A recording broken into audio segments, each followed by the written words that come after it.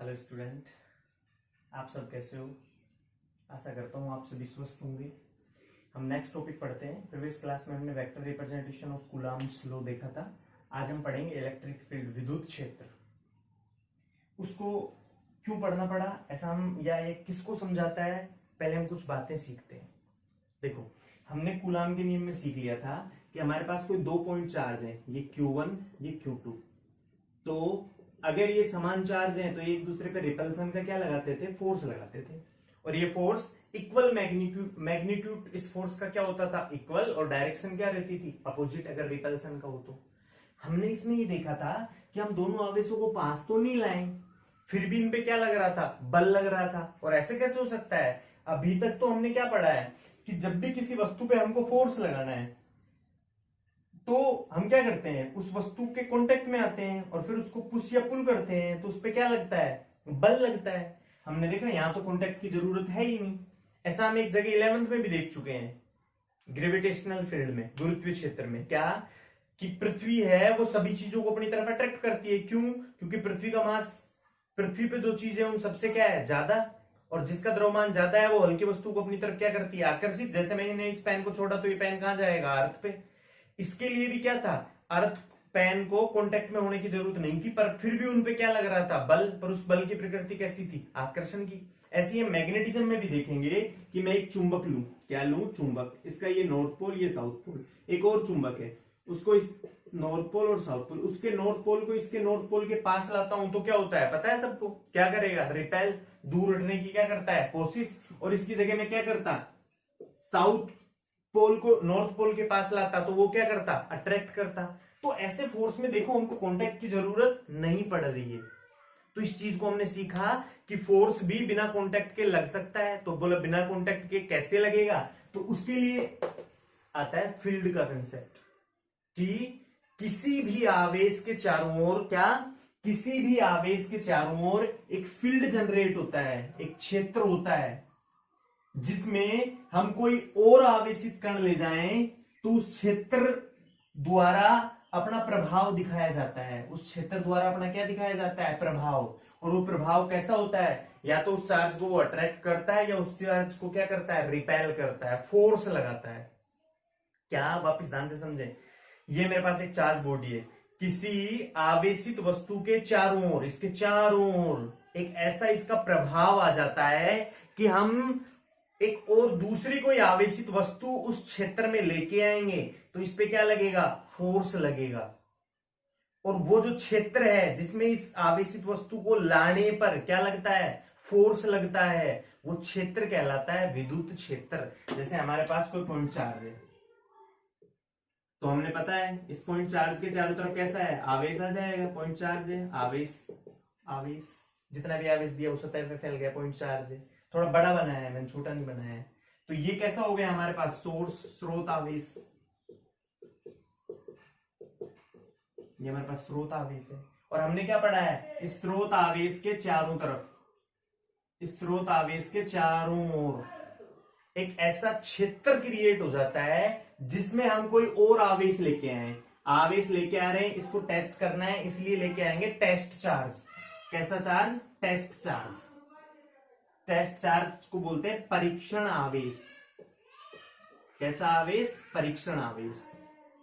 क्योंकि हमको टेस्ट करना था इसके चारों तरफ का क्षेत्र, तो हम क्या लेके आए, टेस्ट चार्ज। कोई भी आवेश लाए, आप ऐसे मान लो कोई भी आवेश लेके आते हैं तो उस पर क्या लगता है, फोर्स लगता है। अगर सेम पॉजिटिव है तो क्या लगेगा, फोर्स लगेगा। तो ये जो फील्ड है इस आवेश के चारों ओर का, ये क्षेत्र, रीजन, स्पेस, ये कहलाता है विद्युत क्षेत्र। तो क्या सिंपल सा डेफिनेशन हो गया, किसी आवेश के चारों ओर का वह क्षेत्र जिसमें किसी आवेशित कण को लाने पर एक बल का अनुभव होता है। तो वो जिस क्षेत्र में लाने पर बल का अनुभव होता है वो क्षेत्र क्या कहलाता है, विद्युत क्षेत्र। और विद्युत क्षेत्र किसी भी आवेश का प्राकृतिक गुण है कि आवेश के चारों तरफ एक फील्ड बनेगा ही बनेगा, जिसमें हम कोई आवेश लेके आएंगे तो उस पर फोर्स लगेगा ही लगेगा। ठीक है, फिर हमने क्या देखा, जैसे कोई आवेशित वस्तु है, उसको मैं लेके आया तो उस पर अलग बल लगा। फिर कोई एक दूसरी आवेशित वस्तु ली, उसको लेके आया तो अलग बल लगा। अगर हमारे पास सोर्स भी अलग अलग लेंगे तो भी जो फील्ड है वो क्या आएगा, अलग अलग आएगा। तो बोला कि सब जगह तीव्रता क्या रहती है, अलग अलग भी रहती है। कि विद्युत क्षेत्र का मापन जिस राशि द्वारा करते हैं हम उसको क्या बोलेंगे, विद्युत क्षेत्र की तीव्रता बोलेंगे। हम ऐसा भी बोल सकते हैं, या हम ऐसा बोल सकते हैं किसी भी बिंदु पे, जैसे इस पॉइंट पे किसी भी बिंदु पर हमको विद्युत क्षेत्र का सामर्थ्य पता करना है कि वहां पे इलेक्ट्रिक फील्ड कितना है, ये पता करना है। वो हम किससे पता लगाएंगे, विद्युत क्षेत्र की तीव्रता से। अब देखो, यदि किसी विद्युत क्षेत्र में परीक्षण आवेश पर लगने वाला बल, ये परीक्षण आवेश है, परीक्षण आवेश पर लगने वाला बल कितना है, F है, तो विद्युत क्षेत्र की जो तीव्रता होगी, विद्युत क्षेत्र को हम ई वेक्टर से दर्शाएंगे। क्या, यदि किसी विद्युत क्षेत्र में परीक्षण आवेश Q नोट पर लगने वाला बल कितना है, F है, कितना है, F है, तो एकांक आवेश पर लगने वाला बल ही क्या कहलाएगा, विद्युत क्षेत्र की तीव्रता। तो हमारे पास विद्युत क्षेत्र का डेफिनेशन आता है, ई वेक्टर बराबर F अपॉन Q नोट। क्या, यदि किसी विद्युत क्षेत्र में परीक्षण आवेश पर लगने वाला बल कितना है, F वेक्टर, Q नोट पे फोर्स कितना लग रहा है, Q नोट पे फोर्स कितना लग रहा है, F वेक्टर, तो एकांक आवेश पे कितना लगेगा, F अपॉन Q नोट। और एकांक आवेश पर लगने वाला बल ही किसके बराबर होता है, विद्युत क्षेत्र की तीव्रता के बराबर होता है। तो ये हमारे पास विद्युत क्षेत्र की तीव्रता का फॉर्मूला बन गया। शॉर्ट में हम सिर्फ इसको विद्युत क्षेत्र भी बोल देंगे। यहां से हम डेफिनेशन भी बना सकते हैं, कैसे, जैसे बार बार बनाइए, या तो हम सीधा से बोल सकते हैं एफ और क्यू नोट का क्या होगा, रेशियो, अनुपाती किसके बराबर होगा, इलेक्ट्रिक फील्ड के।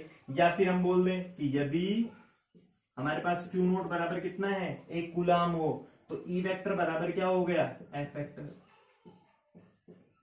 बोल देंगे। देखो डेफिनेशन क्या, विद्युत क्षेत्र के किसी बिंदु पर विद्युत क्षेत्र की तीव्रता, विद्युत क्षेत्र के किसी बिंदु पर विद्युत क्षेत्र की जो तीव्रता है वो इकाई या एकांक परीक्षण धनावेश पर लगने वाले बल के बराबर होती है। तो एक तरीके से इलेक्ट्रिक फील्ड किसके बराबर हो गया, एफ वेक्टर के बराबर। यहाँ पे क्यू नोट क्या है, परीक्षण आवेश।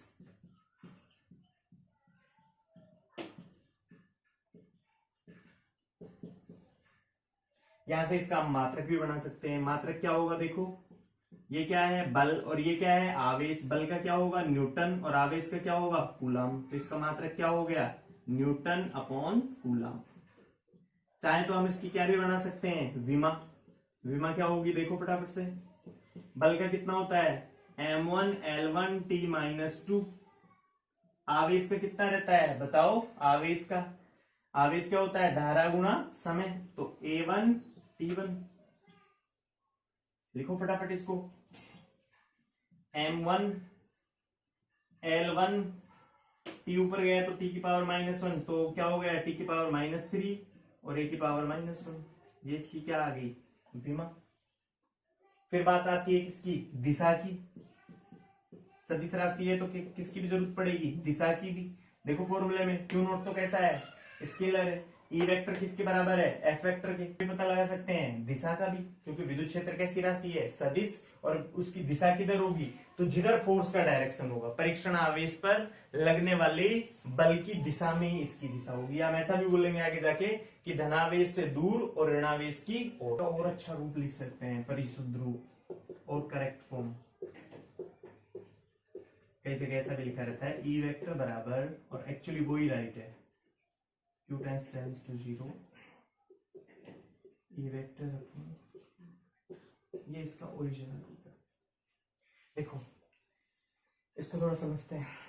इसके आगे लिमिट लगा रखी है Q टेंड्स टू 0। इसका क्या मतलब हुआ, Q नोट का वैल्यू 0 नहीं है, 0 की तरफ अग्रसर है, बिल्कुल थोड़ा सा है। अब देखो इसका क्या मीनिंग हुआ, हम समझते हैं। इसको हम Q नोट को क्या बोलते हैं, परीक्षण आवेश। परीक्षण आवेश से क्या तात्पर्य है, ऐसा भी बात पूछा जा सकता है। इस बात को थोड़ा समझते हैं।